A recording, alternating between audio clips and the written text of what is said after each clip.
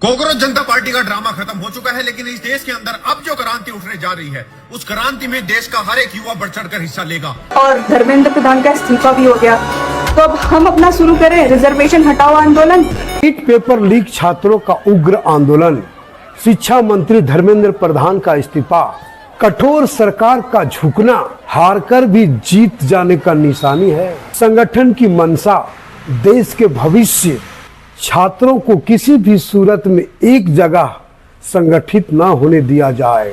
ठीक उसी तरह का कुछ छात्रों के द्वारा रिजर्वेशन हटाओ आंदोलन पेज बनाया गया, ताकि देश के संगठित हो रहे छात्रों को अलग थलग किया जा सके, उनके मनोबल को तोड़ा जा सके।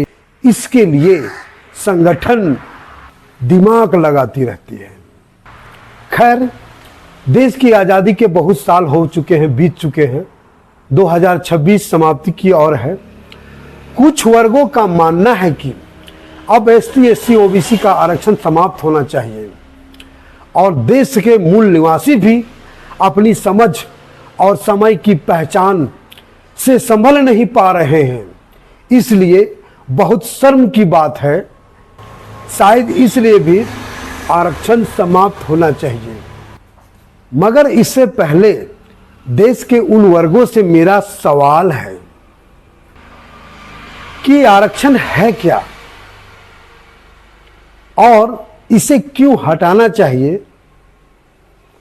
आइए थोड़ा इस आरक्षण के बारे में समझने का प्रयास करते हैं। अदियों सदियों की बातों को छोड़िए। कुछ वर्गों के लोग कहते हैं SC ST वाले आरक्षण ले लेते हैं। देश में ऐसा कौन सी जाति है जो आरक्षण नहीं लेती हो। एक साल में 10 लाख कमाने वाला इंसान भी EWS आरक्षण का लाभ लेता है। देश में हर जाति को संवैधानिक आरक्षण प्राप्त है।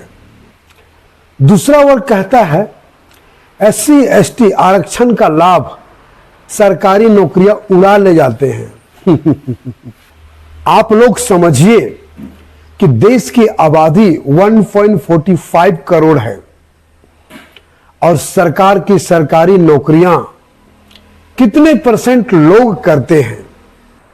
1.2% लोग ही, यानी 100 में से 1 लोग की सरकारी नौकरियां हैं।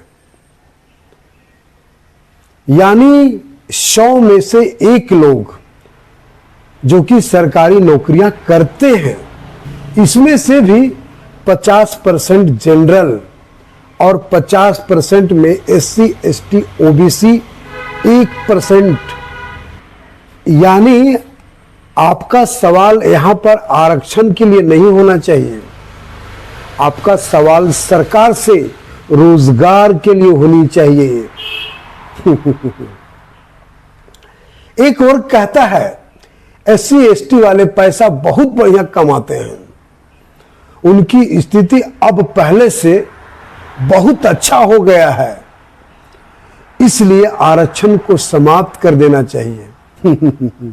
डॉक्टर भीमराव अंबेडकर साहब ने आरक्षण लागू आर्थिक समानता के लिए नहीं किया था, इसलिए किया था कि सामाजिक समानता, सामाजिक भेदभाव, छुआछूत वास्तव में खत्म हो सके और देश में लोगों के बीच एक दूसरे के बीच समानता का अवसर प्राप्त हो।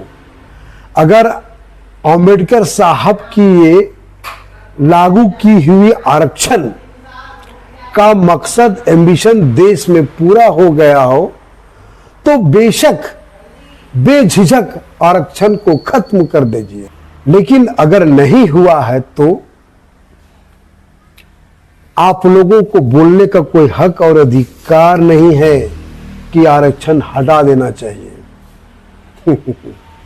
अब रही बात कि आरक्षण क्यों हटना चाहिए। आज देश के किसी भी राज्यों के गांव में चले जाइए, कई गांव, टोले, कस्बे, मोहल्ले ST ऐसे के वैसे दिख जाएंगे, जहां गांव से, कस्बा से बाहर दिखाई देता है। गांव तो दूर साहब, शहर में चले जाइए, जहां बड़े बड़े कॉलोनियों में तो एसटी एसी जाति के नाम पर फ्लैट नहीं मिलता है। इन भोले भाले लोगों की सादगी रहन सहन और जरूरत से ज्यादा सीधे साधे, कोई भी काम में भिड़ा दो इनको, काम जब तक समाप्त ना हो तब तक वो दम नहीं लेते हैं और इन्हें पानी तक कोई पूछता नहीं है। और आप जैसे कुछ वर्ग के लोग कहते हैं कि इन एसटी एसी का आरक्षण समाप्त होना चाहिए। वाह! जो कि देश के सबसे पहले मूल निवासी भी हैं, जो किसी भी समाज के बारे में क्षणिक भी बुराई नहीं करते हैं, अपने ही प्राकृतिक खुली वातावरण में जीवन जीना, वास करना, रहना पसंद करते हैं। अगर बेशक डॉक्टर भीमराव अंबेडकर की आरक्षण लागू करने का उद्देश्य अगर पूरा हो गया हो तो आरक्षण हटा दीजिए। अगर ये उद्देश्य पूरा ना हुआ है तो एक बार नहीं, दो बार नहीं, 1000 बार सोच लीजिए, क्योंकि देश के मूल मालिक यही लोग हैं जो कि राजपाट, धन दौलत, ऐशो आराम क्षेत्र इनको नहीं चाहिए। बस सुकून, सादगी, चैन, अमन। जय जोहार, जय भारत, जय संविधान।